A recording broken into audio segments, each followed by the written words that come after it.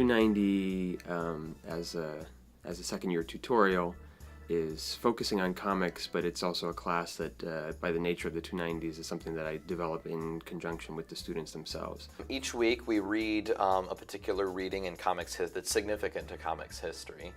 And we come into class and we have discussions about the work, about how it relates to the broader trend of comic history and how it relates to other materials that we've read in the class. It's a really nice kind of discussion space where we can kind of read them and then talk about what we want to talk about. I've always been interested in comics. I grew up reading comics, and I've always had this idea that it was very important in my own development as a reader and somebody who's interested in literature. A big part of the reason why I took the class is that comics were a big part of my childhood. I remember I read a lot of comic strips as a child. I've always had like kind of an interest in comics and graphic novels, but I've always been on that periphery. Like I wasn't really sure like how to get into it or which ones to read. So I signed up, and it's been like a really cool experience. And now we're in the point of the semester where the students are kind of starting to do their own projects and bringing those back into the classroom.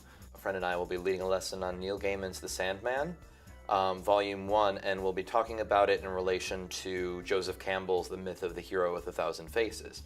Coming up, we're studying comics and immigrant identity, the immigrant experience, so comics like Persepolis or American-Born Chinese. There's definitely like that undertone of, you know, what is the cultural impact of these comics? What was the author's intention? What have these comics done for other artists? Comics have this weird way of being very profound without people noticing. For example, like Watchmen can be easily misconstrued as just, you know, a picture book, but it's actually this insanely philosophical text. Comics are a mirror to society, something like Superman. Superman sort of stood for the common man in the 1930s, and then how his focus shifted in the 1940s to sort of represent more generic American ideals, sort of the collectiveness of America as opposed to the common man. One thing that's great about comics is that they're such a reflector of culture.